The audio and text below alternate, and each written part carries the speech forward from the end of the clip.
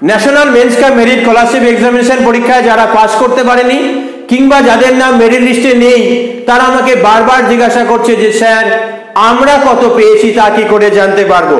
এই ভিডিওতে সেই প্রশ্নেরই উত্তর দেব।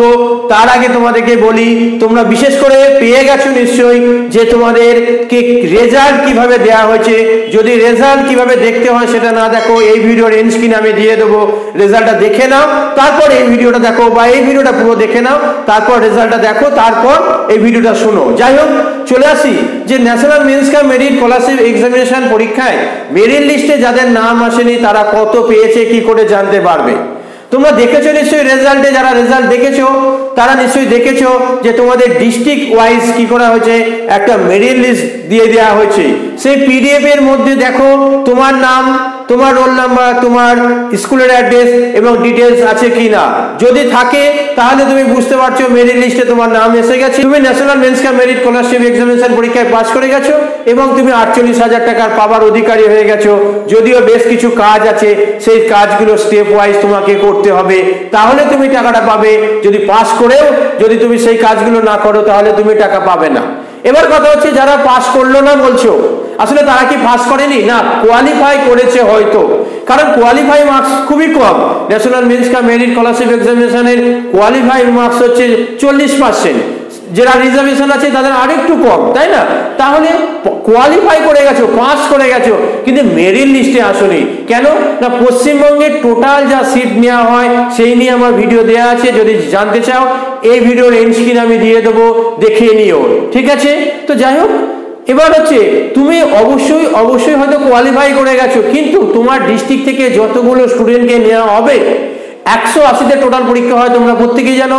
90 নম্বর ম্যাট, 90 নম্বর স্যাট, এই ম্যাট স্যাট মিলে টোটাল নম্বর যারা হাইয়েস্ট হয়েছে ওপর থেকে নামিয়ে নিচে এসেছে এবং একটা কাট অফ করা হয়েছে।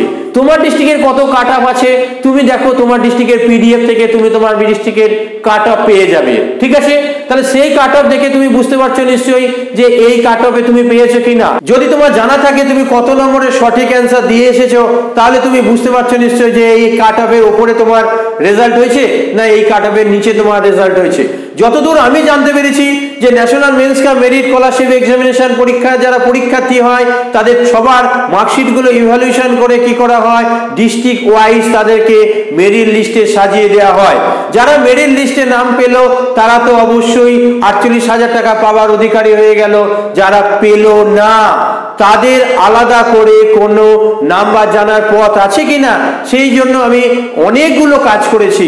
এতদিন ধরে বিভিন্ন জায়গায় ইনফরমেশন জানার চেষ্টা করেছি।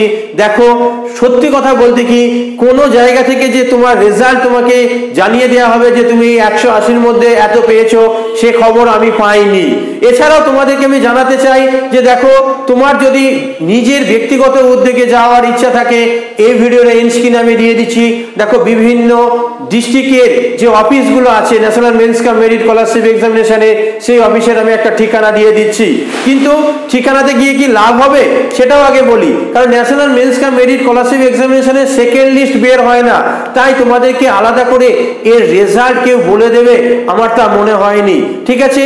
বিগত বছরের স্টুডেন্টরাও তাই জিজ্ঞাসা করেছে এবং হয়তো কলকাতায় বিকাশ ভবনের যে এই যে national means cum merit scholarship এক্সামিনেশনের যে ডিপার্টমেন্টটা আছে সেখানে গেলেও তোমাকে হয়তো পুরো নাম্বারটা বলা হবে না আমার মনে হয়, যদিও আমি সেখানে যাইনি, কিন্তু সেখানে অবশ্যই লোড করা আছে। আমি বলবো তোমাদের কোথাও যাওয়ার দরকার নেই, ভুলে যাও national means cum merit scholarship এক্সামিনেশনের কথা ভুলে যাও, কারণ national means cum merit scholarship examination পরীক্ষা একবারই দেওয়া যায়, 8 থেকে 9-এ উঠে গেলে আর দেওয়া যায় না। অতএব সেটাকে নিয়ে আর টানাটানি না করে যদি তুমি বিদ্যাসাগর সায়েন্স অলিম্পিয়াডের সুযোগ পাও তাহলে তুমি বিদ্যাসাগর সায়েন্স অলিম্পিয়াড পরীক্ষার জন্য রেডি হও, কিংবা যদি তুমি সুযোগ না পাও তাহলে তুমি আদার্স যে স্কলারশিপগুলো আছে সেই স্কলারশিপগুলো বসার জন্য কি হওয়া প্রস্তুতি নাও। ক্লাস 10-এ আসে ন্যাশনাল ট্যালেন্ট সার্চ এক্সামিনেশন, সেই পরীক্ষার জন্য প্রস্তুতি নিতে পারো। মাধ্যমিক পরীক্ষার জন্য রেডি হও। ক্লাস 9-এর পড়াশোনা তুমি তো অবশ্যই করছো। এছাড়াও তোমরা যারা এএনএম এবং জিএনএম এর জন্য প্রিপারেশন নিতে চাও, নার্সিং পড়তে চাও ভবিষ্যতে, তারাও এই চ্যানেল থেকে প্রিপারেশন পেয়ে যাবে। যাই হোক, মূল কথা বললাম, national means cum merit scholarship examination 2023-24 বা যে কোনো সালের হোক, কত নাম্বার তুমি পেয়েছো সেটার জন্য আলাদা কোনো লিস্ট প্রকাশিত হয় বলে অন্তত আমার জানা নেই। তাই তোমার সেই নাম্বার নিয়ে আর ভাবনা চিন্তা করে লাভও নেই। ঠিক আছে, ভালো থেকো সকলে।